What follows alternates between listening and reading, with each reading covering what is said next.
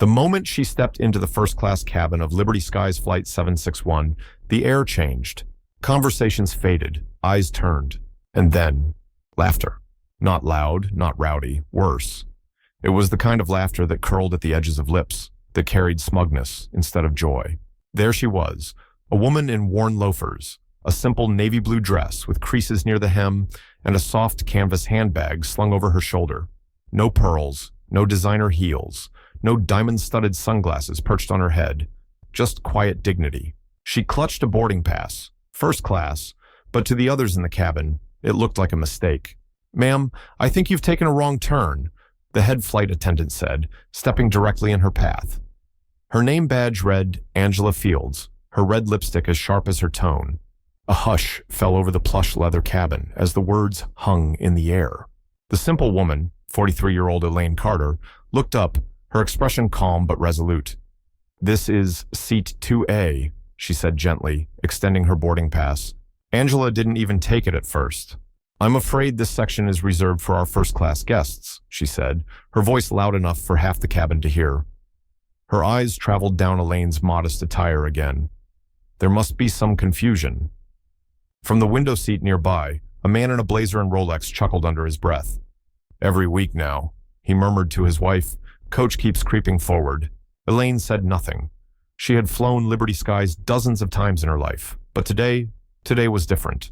Today, her husband, a man the public barely knew, but whose power silently rippled across the aviation industry, had arranged this flight himself. A private surprise for the woman he adored. A quiet reward after the charity gala she had poured her soul into for months. She hadn't expected fanfare, she didn't even want it. But she never imagined this.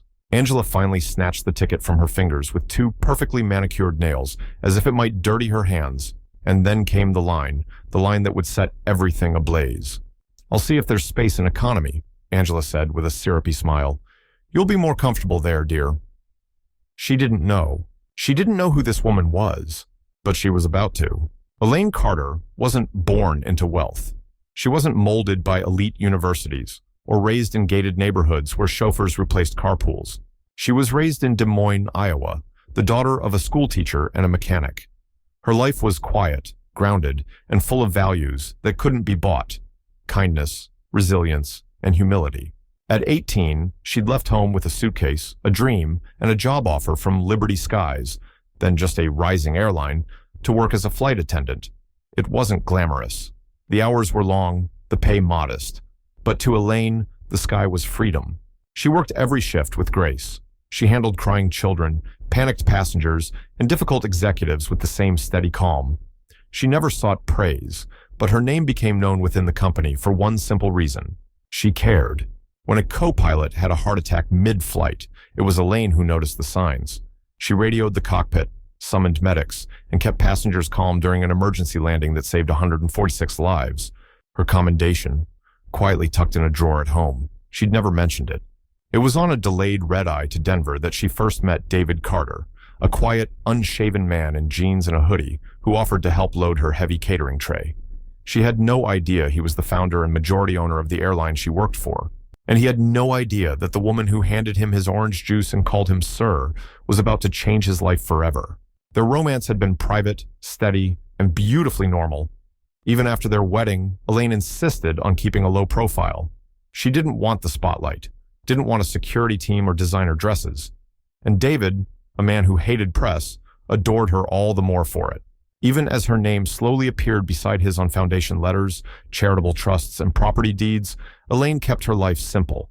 She still preferred home-cooked meals to reservations, still remembered the employee number she wore on her Liberty Skies ID badge. And yet, here she was, standing in the very same airline she had once helped build, now being told she didn't belong in the seat her husband had reserved as a quiet thank you. The irony wasn't lost on her, but Elaine Carter wasn't angry. Not yet, because she still believed in grace, even for those who didn't deserve it. Elaine hadn't even reached her seat when the first jab landed. "Excuse me, ma'am," came a sharp voice, laced with forced politeness. "This section is reserved for first-class passengers. May I see your boarding pass?" The voice belonged to Charlotte Rivers, the lead flight attendant, tall, cold, and polished in her navy blazer, with gold wings pinned perfectly above her heart. Her eyes flicked over Elaine's modest dress and simple flats, with the kind of scrutiny reserved for lost baggage. Elaine offered a calm smile and handed over her boarding pass. Charlotte took it between two manicured fingers like it was a used tissue. She blinked, frowned, then her lips curled. This can't be right. She turned the pass over again, then back, then held it up to the light as if expecting it to vanish. Other passengers glanced up. Wealthy travelers nestled in cream leather, sipping champagne. One man lowered his designer sunglasses to peer at Elaine over the rim of his flute. A woman in a designer trench coat leaned toward her husband and whispered loudly, "Did the cleaning staff start boarding with priority now?" Chuckles followed. Charlotte's voice remained icy. "Ma'am, you must have been misassigned. Economy is boarding through the rear." Elaine's face flushed, but she stood her ground. "My husband booked this seat for me. It's under the name Carter. Elaine Carter." That name, Carter, landed like a forgotten note. Familiar, yet unplaceable. Still, Charlotte sniffed, motioning for one of the junior attendants. "There must be a mistake. Let's get you situated elsewhere." Before Elaine could protest, the younger attendant approached, confusion on her face. She looked from the ticket to the cabin screen, then back. She's actually listed here, seat 2A, confirmed. Charlotte's brows pinched, clearly displeased. "Fine," she snapped. "Then let's verify her ID." Elaine's stomach sank. "I don't carry ID when I fly domestic," she said, her voice steady despite the humiliation. "The ticket should be enough." "It's procedure," Charlotte replied curtly, already tapping her iPad. As if to further degrade her, Charlotte leaned in and whispered, "You may want to consider proper attire next time you fly first class. Appearances matter." Her tone was a dagger, quiet, deliberate, meant to pierce without drawing blood. Elaine didn't flinch, but others did. "I paid 15 grand for this seat," a loud businessman nearby announced, eyeing Elaine with disdain. "This isn't a charity flight, is it?" Another chimed in, laughing. "She probably won a contest, or knows someone who cleans the lounge." The cabin manager appeared next, a man in his 50s with silver hair and a diplomatic smile that didn't reach his eyes. "Is there a problem here?" he asked. "There's confusion over this passenger's status," Charlotte explained. "She insists she belongs here, but—" Elaine calmly interrupted, "I belong here. And what exactly do you do?" A snide passenger called out. "Are you his assistant or his caretaker?" A beat. "She's probably a nanny," someone whispered too loudly, "or the help." Laughter rippled. Elaine stood alone in the aisle, surrounded by whispers, stares, and contempt. No one offered her a seat. No one offered her decency. Just then, Charlotte raised a hand to block her path again. "I'll have to ask you to step aside while we clarify with the gate. It's for everyone's comfort." There it was, the final blow. Everyone's comfort. As if her presence was an inconvenience. Elaine didn't yell. She didn't argue. She simply stood there, framed by champagne glasses and contempt, her husband's gift watch glinting under the cabin lights. And she waited. Because what came next would shatter every assumption in that cabin, like glass under pressure.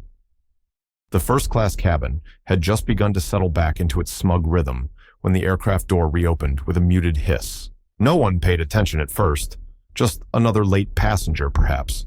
Then they heard the footsteps, measured, confident, unhurried, and suddenly, silence. David Carter stepped into the cabin, dressed not in designer flash, but in a perfectly tailored Navy suit that whispered of power, not shouted it. He carried no luggage, no entourage, just a leather briefcase in one hand and a focused expression on his face.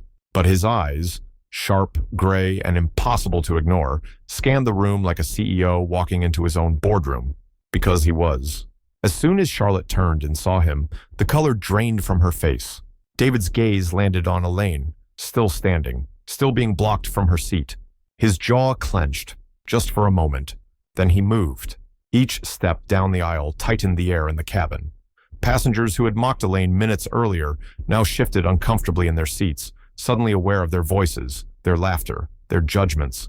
Charlotte straightened her spine, pasting a smile onto her lips. "Mr. Carter, we weren't expecting—" "I wasn't expected," he said evenly, "but I am here." He turned to Elaine, his voice softer now. "Sorry I'm late, darling. The meeting wrapped early. I thought I'd join you." He kissed her forehead gently, then turned back to Charlotte. "I assume there's a very good explanation," he said, his voice calm, almost conversational, which somehow made it all the more terrifying. For why my wife is still standing in the aisle, surrounded, humiliated. Charlotte opened her mouth, but no words came out. The cabin manager tried to step in. There was just a misunderstanding, Mr. Carter. A misunderstanding? David raised an eyebrow. Was the ticket not valid? No, sir, it's valid. Then the problem, David said, wasn't the booking. He turned his full attention to Charlotte, whose hands trembled despite her effort to remain poised. Tell me, he asked, was it the dress, the shoes, or just the fact that she didn't look like your version of wealth? Charlotte swallowed hard. Sir, I only followed protocol. No, you followed prejudice. Now, the cabin truly froze. David continued, his voice never rising, only becoming more precise. This airline bears my name, not just on paper, in ownership, in design, in standard. Gasps followed, a chain reaction of dawning realization. David Carter, the founder, the majority owner of Skylux Airlines, the man whose initials were engraved on every champagne flute, whose values shaped every policy. He turned to the passengers, now staring in stunned silence. I apologize for the delay, he said to them, and for the discomfort caused by those who think titles and uniforms are a license to belittle. He looked back at Charlotte. I'll be speaking with the board, he said, but in the meantime, he turned to the cabin manager. I'm appointing Elaine as our new director of guest experience, effective immediately. She'll oversee inclusivity training. I trust she'll have plenty of first-hand insights to offer. Elaine blinked, stunned. David, he smiled. You told me you missed the work, the people, the heart of it. I think it's time they saw what leadership really looks like. Then he looked at Charlotte one last time. And as for you, your service ends when this plane lands. Charlotte's mouth opened, but she knew better than to argue. David turned to Elaine. Shall we? He gestured to seat 2A, and this time, no one dared to stop her. As she walked to her seat, head high, hand in her husband's, the same passengers who had smirked earlier now looked away, ashamed. One woman whispered to her husband, That's Mrs. Carter. The man nodded slowly. We just mocked the Queen of the Sky, and outside, on the runway, the jet engines began to hum, as if the whole plane knew the tide had shifted. The flight took off without further delay, but the atmosphere in the first-class cabin had irrevocably shifted. Gone were the smug chuckles, the hushed mockery, the glances that once sliced like knives. Now there was only silence and shame. Charlotte sat in the back row of first class, no longer upright, no longer composed. Her hands trembled in her lap as the cabin manager silently filled out a preliminary incident report, not because he was told to, but because he knew it was already too late to save her career. She had crossed a line, and the world, or at least the founder of the airline, had been watching. At seat 2A, Elaine sat with calm dignity, now wrapped in the quiet reverence of 100 eyes. She had said little since the confrontation, but her silence spoke volumes. She didn't need revenge. She didn't need to shout. She had already won. Across the aisle, a man in a $1,000 suit leaned over. I just want to say I'm sorry, he murmured, his earlier arrogance now replaced with sincere remorse. I shouldn't have laughed. Elaine gave him a small nod. What matters is that you realize it. Midway through the flight, David stood up and approached the galley. The crew stiffened at his presence, unsure if they should speak or simply disappear into the walls. He looked at them, not with anger, but with something heavier, disappointment. This isn't about protocol, he said quietly. It's about decency. They nodded, not daring to speak. He paused, then added, Every passenger has a story. Your job isn't to judge their appearance. It's to protect their dignity. No one replied, but from that moment forward, service on that flight became flawless, down to the smallest detail. Back on the ground, the story didn't stay in the skies. By the time the aircraft landed in Maui, a flight attendant who had been filming snippets for TikTok had already leaked the confrontation, and it went viral. CEO shuts down flight attendant who humiliated his wife. The headline trended across platforms. Within 24 hours, millions had seen the clip. The comments were brutal. How dare they treat her like that? She held herself with such grace. What a queen. Respect to David Carter for not just standing up for his wife, but for dignity. Skylux Airlines' PR team scrambled. The CEO, however, didn't. He simply released a statement. We believe in service with humanity. That belief begins in the skies, but it must reach every heart.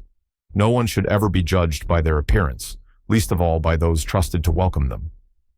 As for Charlotte, she was terminated the following morning, but not quietly. Her name was publicly omitted, but her face, her voice, her smirk had already become internet infamy. Job offers vanished. Friends distanced themselves. She learned a hard truth. Cruelty carries consequences, especially when power watches quietly. Yet even then, Elaine said nothing. She didn't need to. Her story had already spoken for her. That evening, as the sun melted into the horizon off the coast of Maui, Elaine stood barefoot on the balcony of their oceanfront suite, a soft breeze teasing strands of her hair. In her hand was the same leather watch David had given her years ago, the one she had worn on the flight, the one they had once picked out together at a small artisan shop, long before either of them had made headlines or owned airlines. David joined her, wrapping an arm around her waist. You didn't need to say a word, he murmured. You let them speak for themselves. Elaine turned to him, smiling. I used to think I had to prove myself to be respected. He kissed her temple. You never did. But now the whole world knows it too. They clinked glasses, not in celebration of revenge, but in quiet recognition that dignity, once tested, had stood taller than arrogance ever could.